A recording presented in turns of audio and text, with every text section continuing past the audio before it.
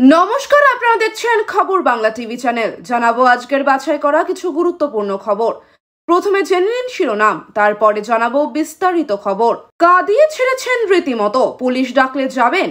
HD বাংলাকে বললেন Belgharia এক্সপ্রেসওয়ের viral ঘটনার পিঙ্কু। পাকিস্তানের মুখোশ খুলতে অভিষেককে বিদেশে পাঠাচ্ছে কেন্দ্র, খেলা হবে দাবি টিএমসির।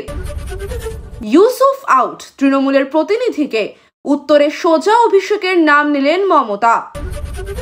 ওয়াকফ আইন নিয়ে আদালতের বড় রায়, হস্তক্ষেপ নয়, কেন?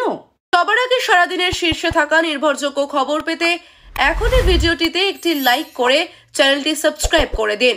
নমস্কার, এতক্ষণ দেখছিলেন সংবাদ শিরোনাম। এবার শুরু হলো বিস্তারিত খবর। কাঁদিয়ে ছেড়েছেন রীতিমতো, পুলিশ ডাকলে যাবেন। এইচডি বাংলাকে বললেন বেলঘড়িয়া এক্সপ্রেসওয়ের ভাইরাল ঘটনার পিঙ্কু। বেলঘড়িয়া এক্সপ্রেসওয়ে টাকা তোলার অভিযোগে ক্লোজ করা হলো সিভিক পুলিশ ও এএসআইকে। অভিযুক্ত দুজনেই বরানগর থানার। ব্যারাকপুর পুলিশ কমিশনারেটের তরফে এই খবর জানানো হয়েছে মঙ্গলবার। বলা হয়েছে তাদের বিরুদ্ধে শুরু হয়েছে বিভাগীয় তদন্ত। ঠিক কী কারণে ক্লোজ করা হলো? অভিযোগ, সম্প্রতি বেলঘড়িয়া এক্সপ্রেসওয়েতে দিনের আলোয় টাকা তুলছিলেন এক পুলিশ কর্মী ও এক সিভিক ভলেন্টিয়ার। একটু দূর থেকে সেই ঘটনা ক্যামেরাবন্দি করেন পিঙ্কু মিত্র নামে এক সমাজকর্মী। প্রায় 11 মিনিটের সেই ভিডিও ভাইরাল হয়ে যায় ফেসবুকে। ভিডিওর সত্যতা যাচাই করেনি হিন্দুস্তান টাইমস বাংলা। কৃতকর্মের জন্য হাত জোর করে ক্ষমা চাইতে দেখা যায় সিভিক পুলিশকে, এমনকি কান ধরে উঠবোস করতেও বাধ্য হন তিনি। তবে একই সঙ্গে পিঙ্কু মিত্র পুলিশকেও এই ব্যাপারে দায়ী করেন। সরকারি চাকরি করা সত্ত্বেও কেন এইভাবে তোলাবাজি করছেন সেই প্রশ্ন করতে দেখা যায়। এরপর গাড়ি থেকে টাকা উদ্ধারের চেষ্টা হয়। অভিযুক্ত এএসআই তখন নানাভাবে বিষয়টি কাটিয়ে বেরিয়ে যাওয়ার চেষ্টা করেন। কি বললেন পুলিশ কমিশনার? ভিডিওটি ভাইরাল হওয়ার পরেই ব্যারাকপুর পুলিশ কমিশনারেটের তরফে আজ ব্যবস্থা নেওয়া হলো। পুলিশ কমিশনার অজয় ঠাকুর জানিয়েছেন, ওই সিভিক ভলেন্টিয়ার এবং বরানগর থানায় এএসআই এর বিরুদ্ধে বিভাগীয় তদন্ত শুরু হয়েছে। তদন্তে দোষী সাব্যস্ত হলে চাকরি থেকে বরখাস্ত হতে পারেন, এমন ইঙ্গিত মিলেছে কমিশনের বক্তব্যে। ফেসবুকে পুলিশের পোস্ট ঘিরে বিতর ঘটনাচক্রে এই দিন ব্যারাকপুর সিটি পুলিশ তাদের পেজে একটি পোস্ট করেন। সেখানে বলা হয়, কোনো অন্যায় দেখলে সরাসরি পুলিশকে জানাতে, নিজের হাতে আইন তুলে না নিতে। এ নিয়ে পুলিশ প্রশাসন ব্যবস্থা নেবে, কিন্তু পোস্টের জেরে তীব্র নিন্দার শিকার হতে হয় পুলিশকে। অন্যদিকে এই বিষয়ে এইচডি বাংলার সঙ্গে বিস্তারিত কথা বলেছেন পিঙ্কু। দীর্ঘদিন ধরে চলা অন্যায়ের প্রতিবাদ দরকার ছিল, সেই প্রতিবাদ করে অসম সাহসিকতা দেখিয়েছেন প্রিয়াঙ্কা ওরফে পিঙ্কু মিত্র। ভিডিও ভাইরাল হওয়ার পর থেকে এমনটাই বলছেন সকলে, করছেন প্রশংসা।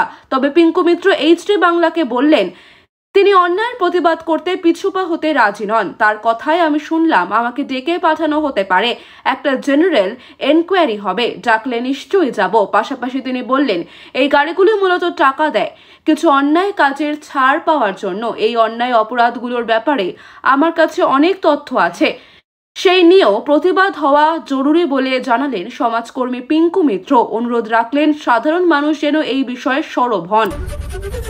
পাকিস্তানের মুখোশ খুলতে অভিষেককে বিদেশে পাঠাচ্ছে কেন্দ্র, খেলা হবে দাবি টিএমসির। ভারতের অপারেশন সিঁদুর এবং তার পরবর্তী পরিস্থিতিতে পাকিস্তানের স্বরূপ উন্মোচন করতে এবার কেন্দ্রীয় সরকার কর্তৃক গঠিত সর্বদলীয় প্রতিনিধি দলে অন্তর্ভুক্ত হলেন ডায়মন্ড হারবারের তৃণমূল কংগ্রেস সাংসদ অভিষেক বন্দ্যোপাধ্যায়। সূত্রের খবর, প্রাথমিকভাবে বহরমপুর সাংসদ ইউসুফ পাঠানের নাম থাকলেও তৃণমূলের আপত্তিতে শেষ মুহূর্তে তাকে সরিয়ে অভিষেককে এই গুরুত্বপূর্ণ কূটনৈতিক মিশনে পাঠানো হচ্ছে।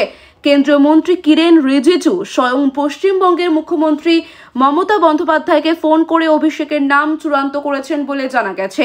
যদিও তৃণমূলের তরফে সরকারিভাবে ফোন আলাপের বিষয়ে কোনো মন্তব্য করা হয়নি, তবে পশ্চিমবঙ্গের শাসক দলের তরফে এক বিজ্ঞপ্তিতে জানানো হয়েছে, আমরা অত্যন্ত আনন্দের সঙ্গে ঘোষণা করছি সন্ত্রাসবাদের বিরুদ্ধে সরব হতে ভারত যে সর্বদলীয় প্রতিনিধি দল পাঠানোর সিদ্ধান্ত নিয়েছে তাতে তৃণমূল কংগ্রেসের প্রতিনিধিত্ব করার জন্য সর্বভারতীয় সাধারণ সম্পাদক অভিষেক বন্দ্যোপাধ্যায়কে মনোনীত করেছেন চেয়ারপারসন মমতা বন্দ্যোপাধ্যায়। অভিষেক যে ভারতের প্রতিনিধিত্ব করতে এবং সন্ত্রাস নিয়ে পাকিস্তানের মুখোশ খুলে দিতে বিদেশে যাচ্ছেন, সেটাকে তৃণমূলের তরফে রীতিমতো জয় হিসেবে তুলে ধরা হচ্ছে।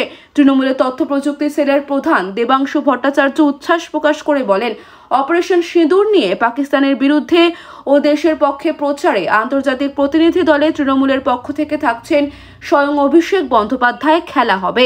প্রাথমিকভাবে কেন্দ্রীয় সরকার কর্তৃক নির্বাচিত কূটনৈতিক প্রতিনিধি দলে বহরমপুরের সাংসদ ইউসুফ পাঠানের নাম ছিল, কিন্তু এতে তীব্র আপত্তি জানায় তৃণমূল। সোমবার খোদ অভিষেক বন্দ্যোপাধ্যায় জানান, কোন দল থেকে কতজন সাংসদ যাবেন সেটা নির্ধারণ করার ক্ষমতা কেন্দ্রীয় সরকারের থাকলেও কোন দলের প্রতিনিধিত্ব কে করবেন সেই দায়িত্ব সংশ্লিষ্ট দলেরই। এই পরিস্থিতিতে ইউসুফের নাম ফিরিয়ে নেওয়া হয় এবং তৃণমূল অভিষেককে মনোনীত করে। অভিষেক এই প্রস্তাবও দিয়েছিলেন যে সাংসদদের পরিবর্তে বিদেশে ভারতের প্রতিনিধিত্ব করতে ভারতীয় জওয়ান, শহীদ পরিবারের সদস্য বা সন্ত্রাসবাদী হামলা থেকে প্রাণ রক্ষা পাওয়া মানুষদের পাঠানো হোক। তবে শেষ পর্যন্ত আসাউদ্দিন ওয়াইসি সহ বাকি সাংসদের সঙ্গে বিদেশে ভারতের প্রতিনিধিত্ব করতে অভিষেকের নামই বেছে নিয়েছে তৃণমূল। পাশাপাশি তৃণমূলের তরফে জানানো হয়েছে যে তারা জম্মু ও কাশ্মীরেও 5 সদস্যের একটি প্রতিনিধি দল পাঠাচ্ছে। এই দলটি শ্রীনগর, পুঞ্চ এবং রাজৌরিতে যাবে, যারা আন্তঃসীমান্ত সন্ত্রাসের শিকার হয়েছেন এবং যারা নিজেদের প্রিয়জনদের হারিয়েছেন। তাদের প্রতি সমবেদনা প্রকাশ করবেন ডেরেক ওব্রায়ান, নাদিমুল হক, মানুষ ভূঁইয়া, সাগরিকা ঘোষ এবং মমতা বালা ঠাকুররা। এই পদক্ষেপগুলি একদিকে যেমন সন্ত্রাসবাদের বিরুদ্ধে ভারতের দৃঢ় অবস্থানকে তুলে ধরছে, তেমনি রাজনৈতিক দলগুলির মধ্যে ভারতীয় ইস্যুতে ঐক্যের বার্তাও দিচ্ছে। ইউসুফ আউট, তৃণমূলের প্রতিনিধিকে উত্তরে সোজা অভিষেকের নাম নিলেন মমতা। ভারতীয় সেনার সফল অপারেশন সিঁদুরের বার্তা বিশ্বমঞ্চে পৌঁছে দিতে কেন্দ্রীয় সরকার কর্তৃক গঠিত সর্বদলীয় প্রতিনিধি দলে এবার অন্তর্ভুক্ত হলেন তৃণমূল কংগ্রেসের সর্বভারতীয় সাধারণ সম্পাদক অভিষেক বন্দ্যোপাধ্যায়। প্রাথমিকভাবে বহরমপুরের সাংসদ ইউসুফ পাঠানের নাম প্রস্তাবিত হলেও তৃণমূল সুপ্রিমো মমতা বন্দ্যোপাধ্যায়ের আপত্তিতে শেষ পর্যন্ত অভিষেকের নাম চূড়ান্ত করা হয়েছে। এই ঘটনাটি দেশের রাজনৈতিক মহলে বেশ আলোচনার জন্ম দিয়েছে। সূত্রের খবর, কেন্দ্রীয় মন্ত্রী কিরেন রিজিজু মমতা বন্দ্যোপাধ্যায়কে ফোন করে জানতে চান তৃণমূলের পক্ষ থেকে কে প্রতিনিধি হিসেবে যাবেন। এর উত্তরে মমতা বন্দ্যোপাধ্যায় স্বয়ং অভিষেক বন্দ্যোপাধ্যায়ের নাম প্রস্তাব করেন। এর আগে ইউসুফ পাঠানের নাম প্রতিনিধি দলে অন্তর্ভুক্ত করা হলেও মমতা বন্দ্যোপাধ্যায় তাতে আপত্তি জানিয়েছিলেন।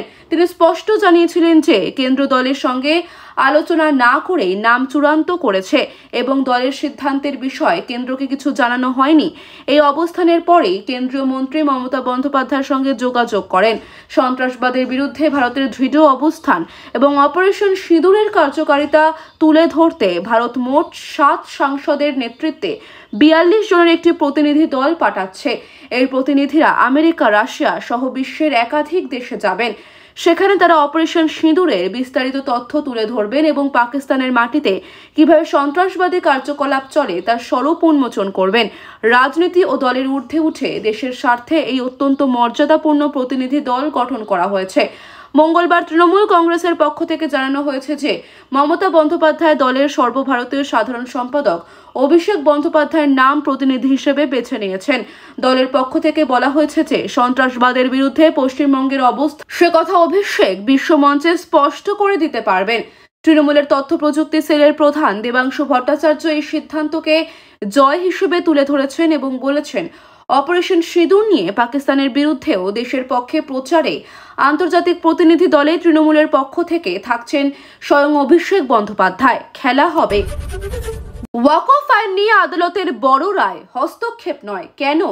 ভারতের প্রধান বিচারপতি বি.আর. গাভাই ওয়াকফ সংশোধনী আইন নিয়ে গুরুত্বপূর্ণ মন্তব্য করে বলেছেন, সংসদ কর্তৃক পাশ হওয়া কোনো আইন সাংবিধানিক বৈধতার অনুমান বহন করে এবং কোনো সুনির্দিষ্ট মামলা না থাকলে আদালত এতে হস্তক্ষেপ করতে পারে না।